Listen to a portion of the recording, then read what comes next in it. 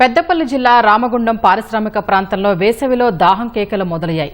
సింగరేణి యాజమాన్యం నీటి సరఫరాలో అలసత్వం వహిస్తోందని స్థానికులు ఆరోపిస్తున్నారు. వారు సరఫరా చేసిన నీటిని తాగటం వల్ల రోగాల బారిన పడుతున్నామని చెబుతున్నారు. బయట ఫిల్టర్ నీటిని కొనుక్కుని తాగాల్సిన పరిస్థితి ఏర్పడిందని వెల్లడించారు. గోదావరి సమీపంలో 20 కోట్ల వ్యయంతో తలపెట్టిన rapid gravity filter pump house ను త్వరగా పూర్తి చేసి మంచినీటిని సరఫరా చేయాలని కార్మిక సంఘాలు డిమాండ్ చేస్తున్నాయి. సింగరేణి వాటర్ వదలట్లేదు, సరిగా టైంకి ఇస్తలేరు. మళ్ళీ ఒకటి మురుకు నీళ్లు వస్తున్నాయి, అసలు స్మెల్ వస్తుంది. మేము వాటర్ వాడుకోవడానికి కూడా మాకు లేదు. మేము బయటికి వెళ్ళి కొనుకొచ్చుకొని వాడుకుంటున్నాం. పిల్లలకు ర్యాషెస్ వస్తాయి. ఏమన్నా అడిగితే ఎవరు పట్టించుకోరు. మరి దీనికి పరిష్కారం మరి ఎట్లా ఏంది అనేది ఎవరి దగ్గరికి వెళ్ళి మేము మా బాధలు చెప్పుకోవాలి, మాకు అర్థమవుతుంది.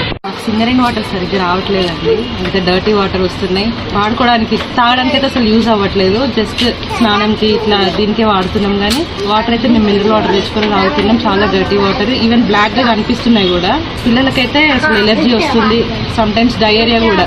We are going to hospitals. So clean water రావాలని మేము కోరుకుంటున్నాం జీఎం గారిని. రామగుండం ప్రాంతంలో నివసిస్తున్న సింగరేణి గని కార్మికులు మంచినీటి ఇబ్బందులతో బాధపడతా ఉన్నారు. గత కొంతకాలం నుంచి మంచినీళ్లకు సంబంధించిన అంశం మీద పెద్ద ఎత్తున ఆందోళన చేస్తే 20 కోట్ల రూపాయలతోటి గ్రావిటీ ఫిల్టర్ బెడ్ నిర్మాణం జరుగుతూ ఉంది.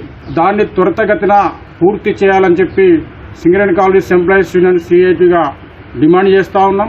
మంచినీరు సరఫరా చేయాలని రామగుండం పారిశ్రామిక ప్రజలు కోరుతా ఉన్నారు. అదేవిధంగా గుర్తింపు సంఘంగా గెలిచిన తర్వాత జీఎం స్ట్రక్చర్ మీటింగ్ లో గానీ ఏ మీటింగ్లు అయినా గానీ రామగుండానికి మంచినీరు ఇవ్వాలని చెప్పేసి డిమాండ్ చేస్తూ వస్తున్నాం.